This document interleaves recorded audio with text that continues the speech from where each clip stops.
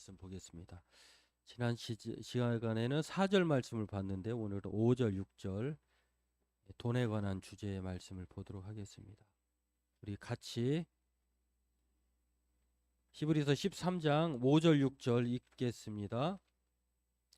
돈을 사랑하지 말고 있는 바를 족한 줄로 알라. 그가 친히 말씀하시기를 내가 결코 너희를 버리지 아니하고 너희를 떠나지 아니하리라 하셨느니라. 그러므로 우리가 담대히 말하되 주는 나를 돕는 이시니 내가 무서워하지 아니하겠노라. 사람이 내게 어찌하리요 하노라. 아멘. 가을 날씨인데요. 햇살이 참 밝고 따뜻한 그런 주일 아침입니다. 며칠 요 사이 며칠 계속 흐리고 비가 와서 더욱 그런 느낌을 받는 것 같은데요.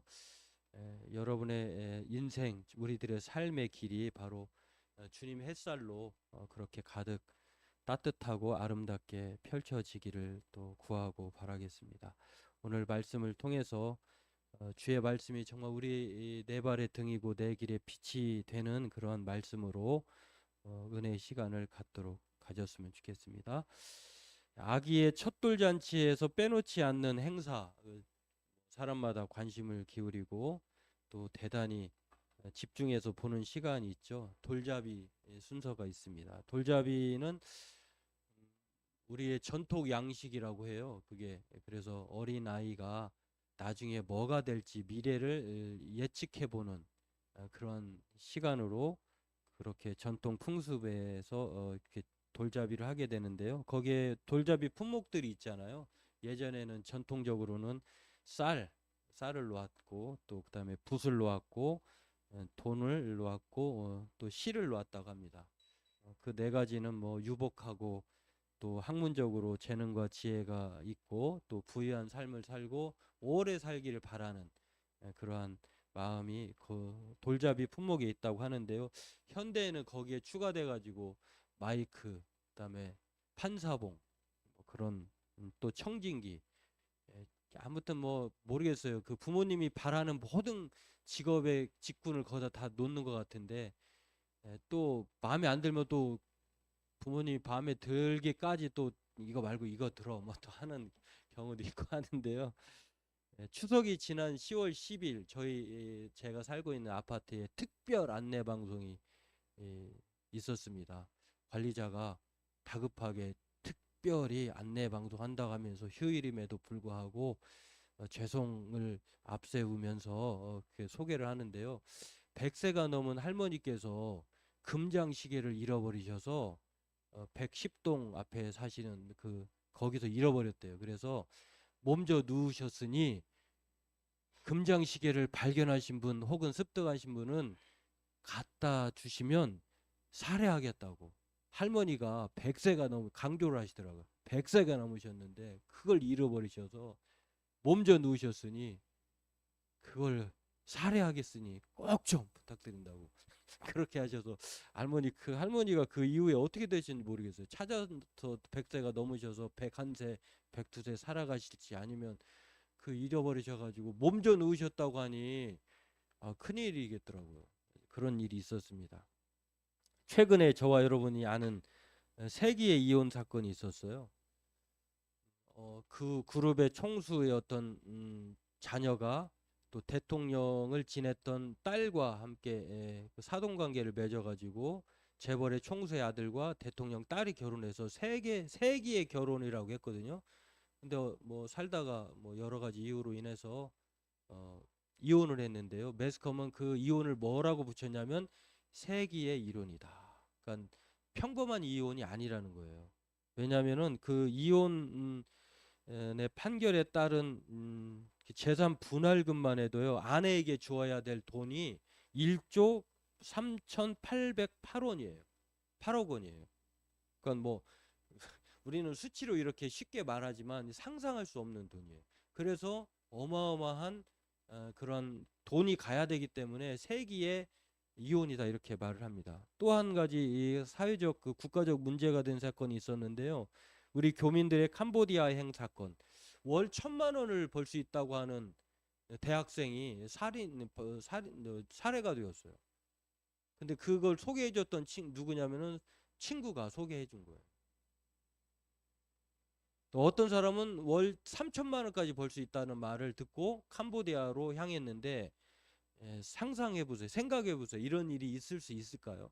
월 1,000만 원, 3천만 원 번다는 게, 물론 좀 뭐라 그럴까요? 그렇게 벌어야만 하는 그런 안타까운 사정은 있었을 것이에요. 확신을 하고 믿거나 속거나 어떤 그래가지고 참 이게 문제가 되었는데요. 이 모든 이야기들, 제가 한 네 가지 이야기들을 종합해 보면 다 돈에 관한 이야기예요. 저와 여러분들 돈에서 자유로운 사람은 없죠. 돈을 더 많이 갖고 싶어 하고 벌고 싶어 하고 돈 때문에 마음이 상하기도 하고 돈 때문에 여러 가지 어려움에 처하기도 하는데요. 그런데 아이에서 어른에 이르기까지 신앙인이든 비신앙인이든 우리는 이렇게 돈에 죽고 돈에 사는 인생을 살게 된다라고 하는 것입니다. 그래서 오늘 심지어는 좀 비아냥거리는 그런 말이기도 합니다만 유전 무전 유죄라고 하는 말이 있을 정도로 돈은 있고 봐야 된다라고 하는. 제가 요즘에도 보면은 야 아무리 똑똑하고 배워도 이 조물주의 건물주라고 하잖아요. 건물주가 되지 않는 이상 아무런 그러한 그런 것들이 명예고 학식이고 아무 소용이 없고, 왜냐하면 돈 앞에 장사가 없거든요. 그 건물주 안에 아무리 뛰어난 그런 학력과 재능을 가졌다 하더라도 장사 그 건물주 안에 들어가야 되잖아요. 월세를 내거나 임대료를 내야 되잖아요. 그러니까 그러니까 학력이 없어도 돈이 많으면 부릴 수 있는 세상. 참 안타까운 세상이 되었는데, 이런 시대에 오늘 경건 생활의 주제로 오늘 히브리서 목사님이 돈에 대한 이야기를 합니다. 그 돈에 대한 이야기를 경건 생활로 얘기하는데요. 돈을 사랑하지 말고 있는 바를 족하게 여기라. 아니 돈이 있는 사람에게나 그렇게 족하게 여기면 좋겠는데 돈이 없는 사람에게 그러면은 땀 흘려 일하지도 말고 돈을 벌지도 말라고 하는 말이냐? 그런 뜻이 아니라 오늘 이 히브리서 목사님이 우리에게 돈에 대한 이야기를 하는 이유는요, 여러 가지가 있는데 그것을 두 가지로 핵심해서 여러 가지 이제 돈을 위해 살지 말고 돈을 사로잡히지 말고 또 우상으로 섬기지 말고 하나님이 함께 하심을 믿으라고 하는 것인데, 이것을 추각해서 보면은요 두 가지로 해석할 수 있다고 하는 것인데, 첫 번째는 돈이 아닌 하나님만을 섬기라는 거예요. 다른 하나는 돈보다 은혜가 먼저라고 하는 사실. 이 두 가지를 우리는 생각할 때 하나님이 우리의 최고의 신이고 안전망인데, 돈을 안전망으로 여기고 신으로 여기는 우상 숭배에 따르게 되면 우리 인생은 하나님을 저버리는 그러한 패망의 길로 걸어가게 된다고 하는 것들을 신앙의 경지자인 우리에게 말씀하고 있다고 하는 것입니다. 먼저 우리가 돈이 아닌 하나님을 섬겨야 하는 이유에 대해서 우리가 살펴보기를 원하는데요. 돈도 섬기고 하나님을 섬길 수 없다고 성경은 강력하게 말을 합니다. 돈도 좋고 하나님도 좋은데, 하나님도 좋고 돈도 좋은 이걸 두 개 섬길 수 없을까? 없다는 거예요. 왜냐하면 우리가 돌아가게 되면, 하나님 앞에 돌아가게 되면 돈을 가지고 갈 수는 없어요. 빈손으로 왔는데 소득을 가지고 갈 수 없기 때문에 남는 건 무엇뿐이냐? 하나님밖에 없다는 것이에요. 그래서 예수님도 산상순을 통해서 사복음서, 예수님의 가르침이 담겨 있는 신약성경 마태마가 누가 요한복음의 그 내용의 가르침이 30% 이상이 돈에 관한 주제. 그러니까 그만큼 예수님도 우리 인생이 돈과 뗄래야 뗄 수 없다는 것을 아셨기 때문이다라고 하는 것입니다. 그래서 그 말씀들의 내용들을 보면은요, 예수님도 한 사람이 두 주인을 섬길 수 없다라고 말씀을 하셨어요. 우리에게 주인은 딱 하나님 외에 없는데 돈을 주인으로 섬기려고 하는 것에 대해서 불가능하다고 하셨다라고 하는 것입니다. 그래서 예수님도 돈의 위력을 모르시는 바가 아니에요.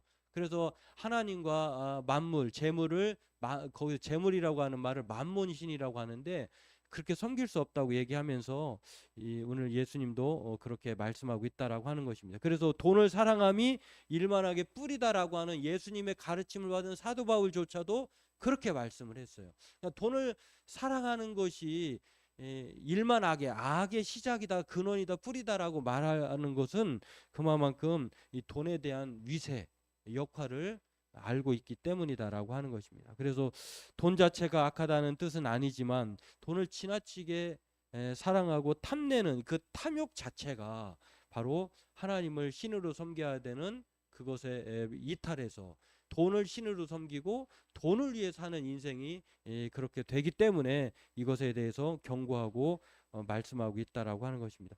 그 대표적인 이야기가요. 오늘 우리는 부자 이야기, 누가복음 12장에 나오는 예수님의 비유를 통해서 한 사람이 아니 형이 나에게 아버지가 돌아가셨는데 그 돌아와야 될 그 유산의 몫을 주지 않습니다라고 하면서 예수님께 찾아가서 예수님 우리 형에게 나의 유산을 좀 분배해 달라고 그렇게 말해 주십시오. 아마 예수님의 말이면 그렇게 가능하다고 생각했던 것 같아요. 근데 예수님께서 그 청탁을 제안을 들으시고 예수님께서 무슨 이야기를 하시냐면은 한 어리석은 부자 이야기를 합니다. 이 차 사업하는 사람인데요. 너무너무 소득과 소출이 늘어난 거예요. 그래서 어느 정도 늘어났냐면은 아주 창고를 다시 지어야 할 만큼, 그리고 모든 자신의 소유물을 거기에 넣어야 될 만큼 그렇게 사업이 잘 된 거예요. 그런데 그 이야기를 하시면서 뭐라고 얘기를 하시냐면 그 밤에 하나님이 나타나셔서 오늘 밤 내 영혼을 도로 찾으면 그 소유의 넉넉함이 누구의 것이 되겠느냐. 이분은 예수님께서 이 사람을 어리석은 부자라고 일컬으신 것은요. 어리석다고 하는 말은 그 아무래도 하나님을 모르거나 아니면은 인생이 전부라고 생각했던 그것을 지적하는 것 같아요. 왜냐하면 어리석다고 하는 표현을 보면 하나님은 안다고 하면 그렇게 창고를 지으려고 하지 않았을 것이다라고 하는 예수님의 그런 해석이 거기에 담겨 있어요. 그리고 인생은 누구든지 모두 다 돌아갈 때에 아무것도 가지고 올 수 없다는 것을 그는 몰라서 이 소유가 그대로 옮겨질 거라고 한 생각을 했던 그런 부자이기 때문에 그렇게 말을 하지 않았나. 이 자기와 돈밖에 모르기 때문에 어리석다고 예수님은 그 비유를 말씀해 주고 있다라고 하는 것입니다. 이 이야기를 통해서 예수님은 우리가 돈을 쌓아둘 것이 아니라 우리가 쌓아두어야 할 것은 우리의 마음에 하나님으로 쌓아두는 것이야말로 지혜로운 것이다, 이렇게 말씀을 하고 있다고 하는 것입니다. 오늘 예수님은 그 밖에도 마태복음 6장에도 산상수훈이라고 하는 오늘 내일 일을 염려하지 말라고 얘기하시면서도 그 전에 주기도문을 얘기하시면 오늘의 일용할 양식을 구할 것을 말씀하십니다. 내일의 염려는 내일이 할 것이고 오늘 하나님께서 우리에게 주실 양식을 구하라고 그렇게 주기도문을 통해서도 말씀하셨는데요. 하늘의 새를 보아라. 들에 피는 백합화를 봐라. 누가 기르고 누가 키우는지 모르지 않느냐? 그러나 하나님이 들의 꽃과 또 하늘에 나든 공중에 나는 새를 먹이듯이 하나님이 그보다 더 귀한 너희들을 일까보냐라고 하시면서 오늘 염려를 맡기라고도 이렇게 말씀을 하십니다. 그러므로 오늘 저와 여러분들도 아버지께서 주도하시고 공급하시고 채워주신다고 하는 사실을 믿는다고 하면 오늘 우리는 돈을 사랑하지 않고 그 돈을 주관하시는 하나님을 사랑하게 될 것입니다. 바라기는 돈에 전전긍긍하거나 돈을 쌓아두려고 하는 그런 사람이 아니라 하나님으로 채우면 하나님께서 공중의 새와 들의 백합화보다 더 귀하게 여기시는 저와 여러분들의 인생을 하나님께서 인도하실 줄로 믿습니다. 두 번째로는요, 돈을 사랑하지 말라는 말씀은 돈보다 은혜가 먼저라고 하는 것을 우리에게 가르쳐 줍니다. 강학종 목사님이라고 하는 분이 있는데요. 이분이 자신의 딸과 그 살면서 일상을 신앙적인 그런 표현으로 또 승화시킨 그 에세이집이 있는데요. 딸 바보 예수 바보. 참 우리가 딸 바보여야도 자식 바보인 사람들이기도 합니다만 우리는 정말 예수의 바보가 되어야 하는, 높이는 사람이 되어야 하는데 그 책에 이런 이야기가 나와요. 딸이 10분의 1을 계산할 줄 알게 된 다음부터 11조를 하게 했다는 거예요. 어렸을 때는 계산법이 안 되니까 우리도 부모님이 준 돈으로 이렇게 헌금 얼마 해야 하면 그렇게 하잖아요. 그렇게 했는데 계산을 하면서부터 그게 몇 살인지는 나와 있지는 않습니다만 1,000원이 생기면 100원을 하게 했고 또 3,000원이 생기면 300원을 하게 했다고 합니다. 그런데 이 목사님의 집은 뭐 상당한 대가족이라고 해요. 그래서 아버지 형제가 7남 5녀라고 합니다. 엄청 대가족이죠. 어릴 때부터 설이면 정신이 없었고 도대체 그 가족 수를 세어볼 정도로 그 정도로 많았다고 해요. 근데 목사님 가정도 7남 5녀인데 그 아내 되시는 분의 사모님의 가족 관계는요 10녀 중에 사모님이 장녀래요. 그러니까 내 친가든 외가든 식구가 많은 거예요. 그러면 딸의 입장에서는 그 명절이 대목이 되는 거예요. 뭐 외가를 가든 친가를 가든 어마어마한 그 가족 대가족이니까 인사만 할 때 인사하지 않아도 그냥 용돈이 막 생기는 거예요. 근데 이 목사님의 입장에서는 그만큼 지출이 많겠죠. 빚으로 돌아오니까. 근데 이 설 명절 어느 날 그 명절 어느 해의 명절을 지나고 난 다음에 목사님이 차 안에서 물어봤대요. 오늘 이번에 얼마 세뱃돈 받았니? 딸에게 물어보니까 나 그러면 11조 얼마 해야 돼? 네가 계산해봐 얼마 받았어? 그랬더니 12만 5천 원 12,500원이네. 그러니까 1,000원 주었을 때 100원 하기는 쉽고 3,000원 받았을 때 300원 하기는 아니 뭐 그 쉬운데 12만 5천 원이라고 하는 큰 돈을 받은 아이가 12,500원을 하기에 좀 버거웠던 것 같아요. 딸이 깜짝 놀라서 정말로 이걸 다 해야 돼? 평소에 용돈 1,000원에 100원 하는 것은 쉬웠는데 아무렇지도 않았는데 조금 아깝기는 해도 10,000원에서 1,000원을 11조도 할 수 있었는데 10만 원 단위가 넘어가니까 어려웠던 모양입니다. 어떤 사람이 사업을 시작했습니다. 처음에는 고전했습니다. 시일이 지나면서 점차 자리를 잡았는데요. 한동안 수입이 없었을 때는 언제면 11조를 하게 될까 그런 생각을 하면서 살았다고 합니다. 그러다가 11조를 하게 되는 그 헌금을 하게 되는 그런 날이 오게 되어 너무 감사했다고 해요. 사업이 번창함에 따라 11조 액수도 늘었다고 합니다. 헌금 액수도 늘어난 것이겠죠. 한 달에 30만 원 할 때도 있고 50만 원 할 때도 있었다고 해요. 그리고 단위가 300만 원을 넘어가고 500만 원이 넘어서면서부터 언제부턴가 자기의 마음속에 약간 갈등이 고민이 되기 시작했다고 합니다. 그래서 결국에는 목사님을 찾아가서 상담을 했어요. 지금까지 사업이 어떻게 진행되었고 앞으로 어떻게 자기가 헌금을 할 것인지를 좀 상의를 하고 상담을 받게 되었는데 목사님이 잠자코 그 말씀을 들으신 이후에 함께 기도하자고 하면서 기도하기 시작했다고 합니다. 기도의 내용을 제가 여러분을 시켜드릴게요.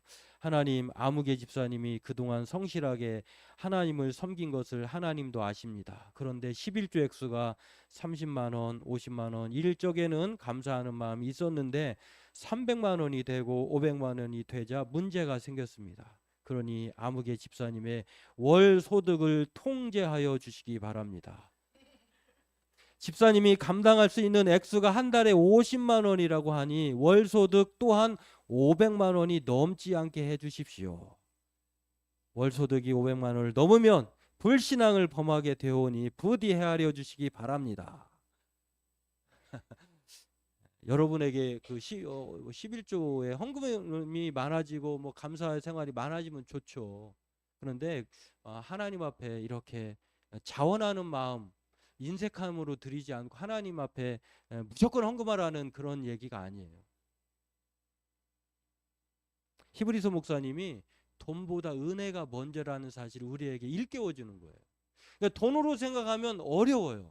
근데 하나님이 나에게 주신 은혜를 내가 무엇으로 보답할 거라고 생각하면 모든 게 은혜로 생각이 되면 이게 하나님 앞에 헌금하는 게 어렵지 않게 돼요. 뭐 딱 10분에 저도 이제 그 어떤 친구가 그런 고민을 하더라고요. 안정적인 직장을 다니는데 그 청년에게 다른 친구들이 야 너는 그렇게 힘들게 벌어가지고 교회에다가 헌금을 꼭 해야 되냐? 너를 위해서. 근데 그게 그분들 믿지 않는 사람들은 그게 정상적인 생각이에요. 근데 신앙인들은 다르거든요. 그렇게 생각하지 않고 나의 숨쉬는 거 호흡조차가 하나님의 은혜다라고 생각하기 때문에 이 헌금한다고 하는 거, 내가 교회에서 시간을 투자한다는 것이 아깝지 않은 거예요. 11조 액수가 늘어난다는, 헌금 액수가 늘어난다는 얘기는 그만큼 수입이 늘었다는 얘기예요. 근데 우리는 내가 그만큼 수입이 늘었다는 것을 생각하지 않고 내가 드려야 한다고 하는 것에 대해서 아깝게 생각한다고 하는 것입니다.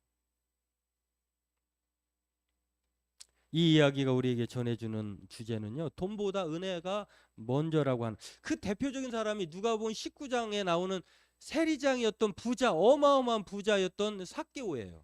삭개오는 예수님을 만나기 전에 어떻게 하면 악착같이 돈을 벌고 싶어하는, 그래서 자기 유대 민족으로부터는 그런 막 엄청난 비난의 소리를 들어서도 자기를 위해서는 어마어마한 그러한 위험을 감수하고 동족의 피를 어떻게든지 뽑아가지고 자신에게 축적시켰던 사람이 바로 삭개오예요. 근데 예수님께서 삭개오야, 얼마나 그 사람들이 그 사람을 싫어했으면 길을 안 터주고, 예수님을, 키도 뭐 작았다고는 합니다만 예수님을 안 보여주려고 했어요. 그래서 오죽하면은 나무 위에 올라가서 예수님을 보고자 했을까요? 그러니까 그만큼 이 사람은 사람들로부터 배제된 사람이에요. 돈만 아는 사람, 악착 같은 이 거머리 같은 사람.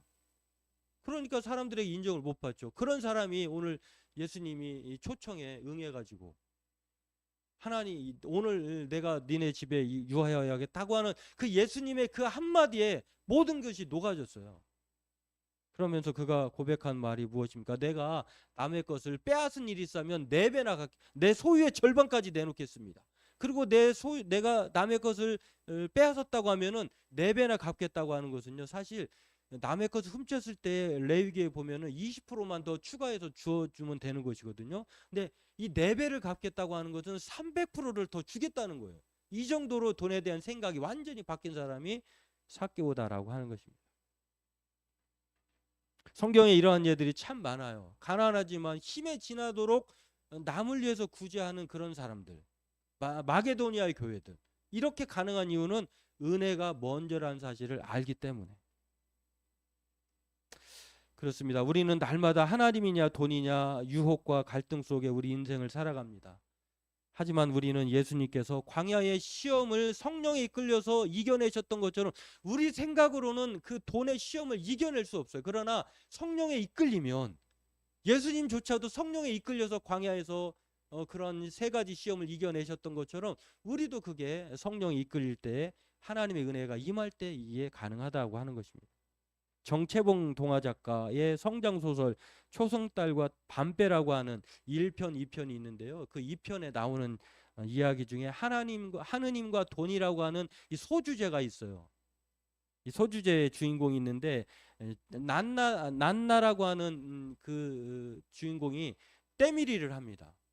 근데 때밀이랑 동광탕, 탕 이름이 동광탕인데요. 거기서 초보예요, 초보. 그러면서 때를 미루면서 이제 먹고 사는데 노인과 아이들을 맡았어요. 왜 노인과 아이들을 맡았냐면, 사지가 멀쩡한 젊은 사람이 자기 한 몸 닦는 것조차도 돈으로 대신하려고 하는 것에 대해서 싫어한 거예요. 그러니까 이 돈을 버는데 좀 자존심 있는 사람 가리면서.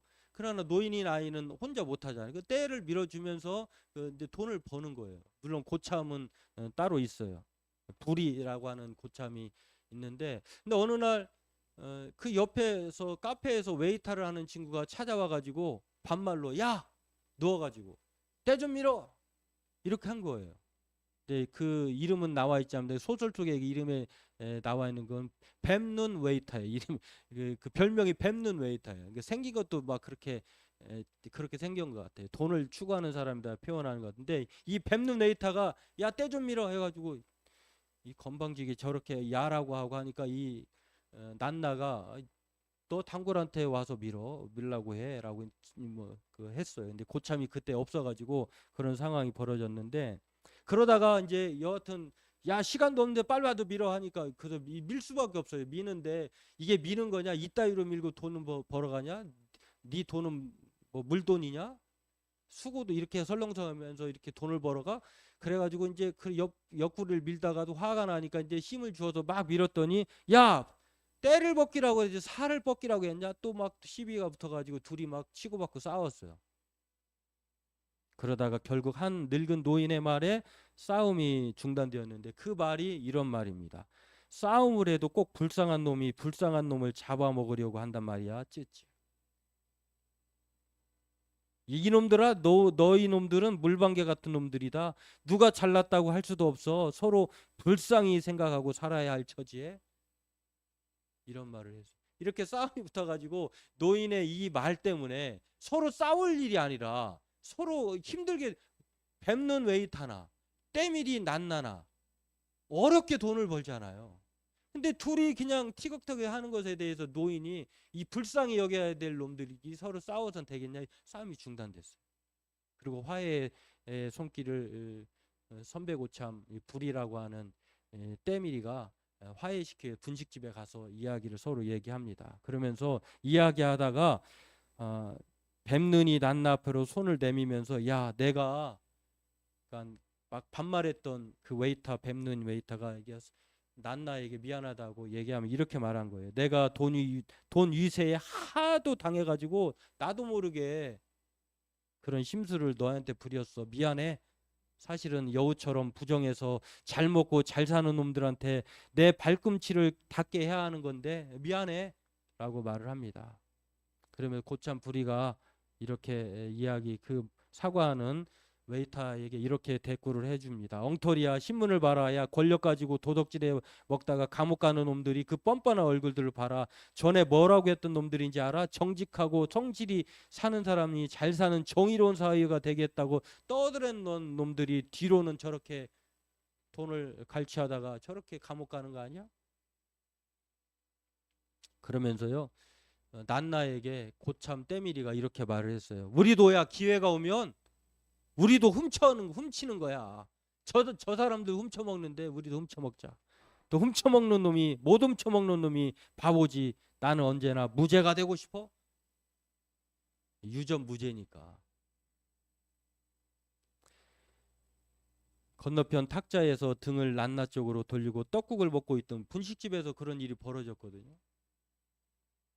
머리가 흰 어르신이 고개를 돌리면서 목욕탕에 자주 오는 직업 주례 선생님이었는데요. 야, 듣자하니 큰일 날 소리까지 니네 하는구나. 아니 사실이 그렇잖아요, 선생님.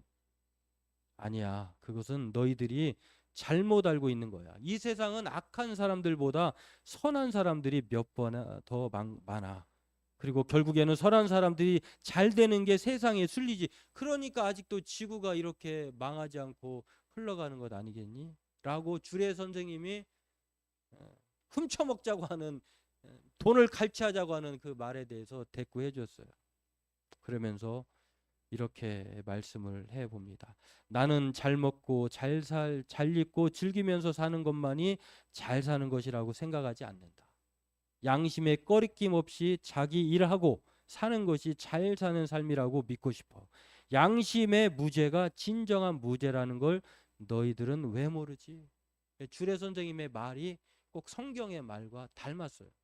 성경은 우리에게 잠언 28장 6절에 이렇게 말합니다. 가난하여도 성실하게 행하는 자는 부유하면서 굽게 행하는 자보다 나으니라. 그러니까 돈 많고 하나님 없이 불성실하게 사는 것보다 가난하지만 하나님 앞에 믿음을 가지고 성실하게 사는 사람을 하나님이 기뻐한다는 거예요. 그렇습니다. 오늘 우리는 하나님만을 섬기는 자족의 사람으로 살기를 원합니다. 자족한다는 것은 하나님이 우리의 인생을 주도하시고 우리의 삶을 이끄신다고 하는 내일 염려를 맡기고 하나님만을 신뢰하면서 사는 사람의 모습이 자족의 모습이에요. 어떤 때 하나님이 주실 때도 있고 어떤 때는 가져가실 때도 있는 거예요. 우리가 그것을 인정한다고 하면 우리는 염려 대신 하나님을 더욱더 신뢰할 것입니다. 그러니까 오늘도 예수님이 우리에게 일용할 양식을 구하라고 했지 100일치 양식을 구하라 이렇게 가르쳐 주지 않았어요. 하나님은 내일 일을 내가 걱정하고 염려할 것이니 너희는 오늘의 하루에 대해서 감사하고 살아가라 이렇게 말씀하고 있다고 하는 것입니다.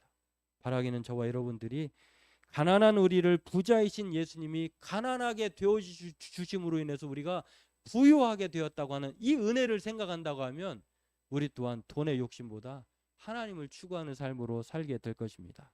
바라기는 저와 여러분들이. 그래서 오늘 히브리서 목사님은요, 이 돈을 따라가지 않고 하나님을 먼저 생각하고 하나님의 은혜로 사는 사람에 대해서 뭐라고 말씀하냐. 5절에 돈을 사랑하지 말고 족한 줄로 알라. 거기에 그치지 않고 내가 결코 너희를 버리지 않겠다.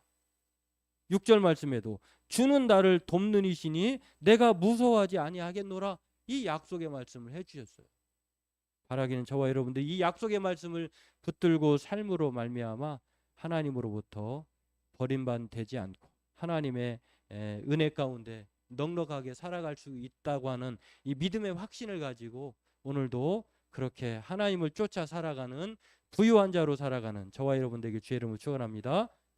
기도하겠습니다.